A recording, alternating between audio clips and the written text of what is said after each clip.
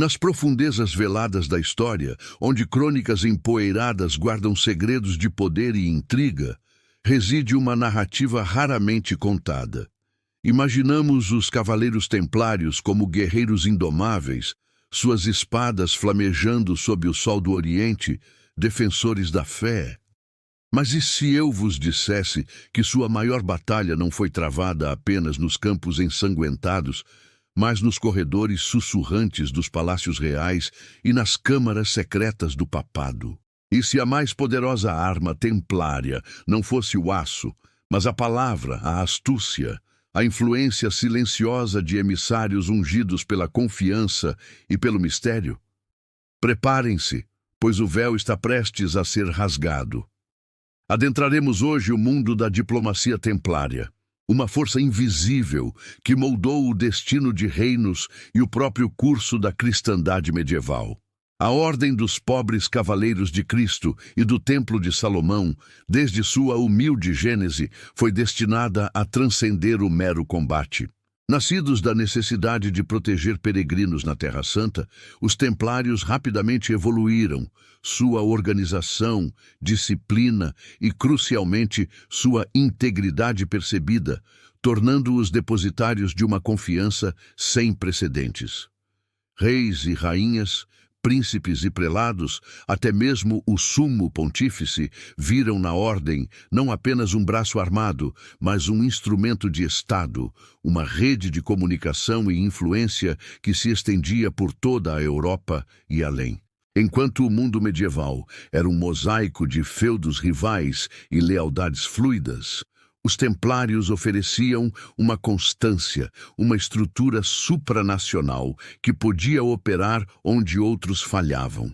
Sua isenção de jurisdição local, respondendo apenas ao Papa, concedia-lhes uma liberdade de movimento e uma aura de imparcialidade que os tornava mediadores ideais e emissários confiáveis. Os grão-mestres, líderes desta formidável organização, não eram apenas comandantes militares. Eram estadistas, diplomatas versados nas artes da negociação, guardiões de segredos que poderiam derrubar tronos ou selar a paz entre nações beligerantes. Imagine as cortes da Europa do século XII e XIII. Um rei inglês necessitando de um canal discreto para com o monarca francês, evitando os olhares curiosos de nobres traiçoeiros. Ou talvez o Sacro Imperador Romano buscando um acordo com um distante sultão no Oriente, uma tarefa demasiado perigosa ou politicamente sensível para seus próprios enviados. Quem poderia transitar por esses vespeiros de intriga com segurança e discrição? Frequentemente, a resposta era um templário. Altos oficiais da ordem, escolhidos por sua sagacidade, lealdade e conhecimento de múltiplas línguas e costumes, eram despachados em missões de importância vital.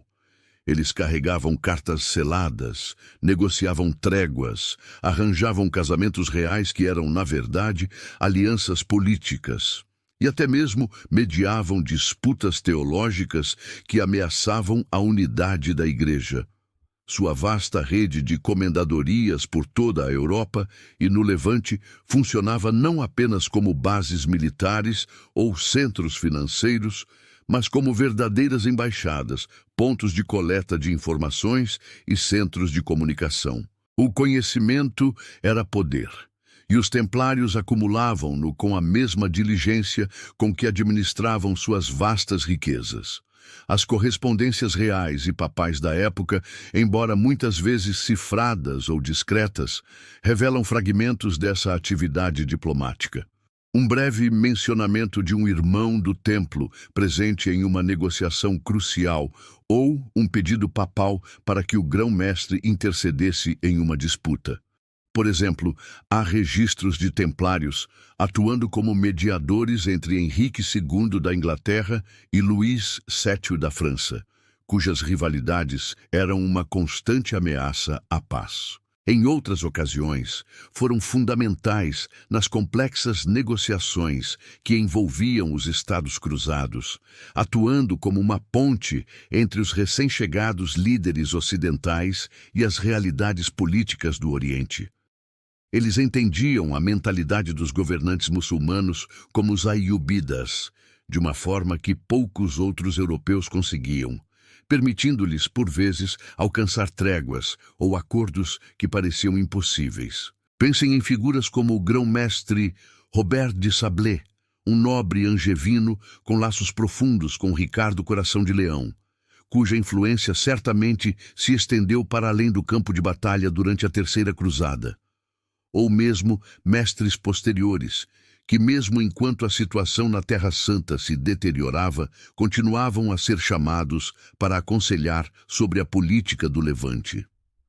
A própria estrutura financeira dos templários, eles foram efetivamente os primeiros banqueiros internacionais da Europa, conferia-lhes um imenso poder diplomático. Reis endividados com a ordem eram, sem dúvida, mais receptivos aos seus conselhos. A capacidade de transferir fundos através das fronteiras com segurança e eficiência era um serviço indispensável, e com ele vinha a influência.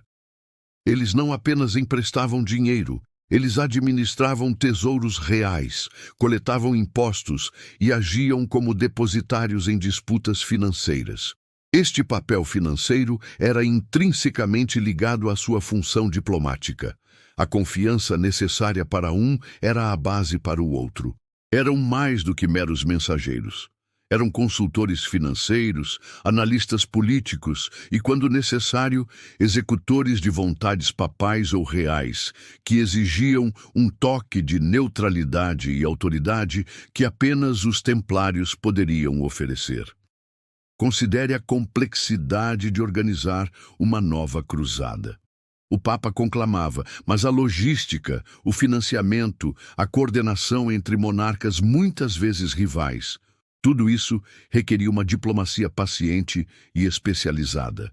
Os templários, com sua presença em todos os reinos importantes e seu conhecimento das condições no Oriente, estavam singularmente posicionados para aconselhar e facilitar tais empreendimentos. Eles podiam avaliar a viabilidade de planos, advertir sobre perigos políticos e até mesmo usar sua influência para encorajar a participação ou mediar disputas entre líderes cruzados. Em um mundo onde a comunicação era lenta e incerta, a rede templária era um sistema nervoso central para a cristandade empenhada no projeto das cruzadas. Sua lealdade era, em teoria, para com o papado e a causa da Terra Santa acima de qualquer rei individual, o que lhes conferia uma autoridade moral, pelo menos inicialmente, que era uma ferramenta diplomática poderosa. No entanto, este mesmo poder, esta influência que se insinuava nos conselhos dos poderosos, começou a semear as sementes de sua própria destruição. O segredo que envolvia muitas de suas operações diplomáticas e financeiras, antes uma marca de sua eficiência, começou a gerar suspeitas. Reis como Filipe IV da França, outrora dependentes da ordem, começaram a ver sua autonomia e riqueza não como um ativo, mas como uma ameaça, um Estado dentro do Estado.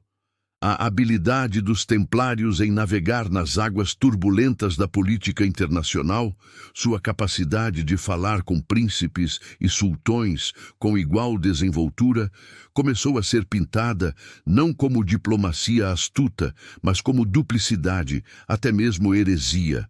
A mesma rede que lhes deu poder tornou-os vulneráveis quando a maré da opinião real e papal se voltou contra eles. O silêncio e a discrição, que eram seus aliados na diplomacia, tornaram-se seus inimigos quando acusações monstruosas foram lançadas, pois quem poderia verdadeiramente atestar as suas negociações mais secretas, senão eles próprios, agora amordaçados e sob tortura?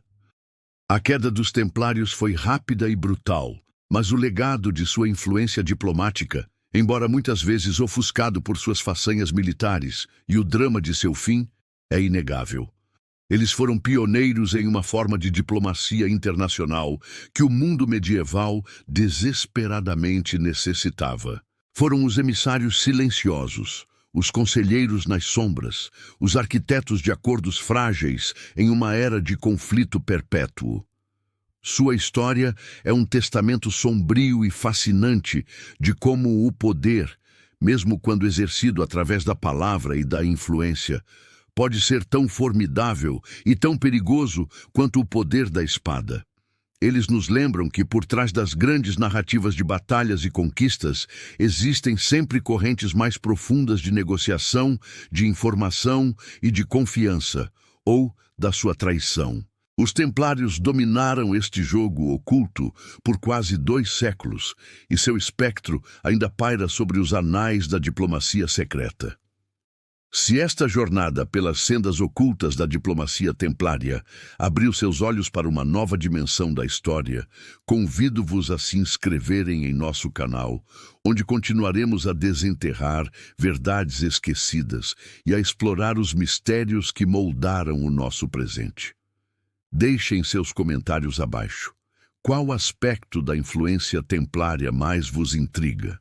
E não se esqueçam de compartilhar este vídeo com outros buscadores da verdade, pois o conhecimento só se multiplica quando é partilhado. Que a chama da descoberta continue a iluminar vossos caminhos.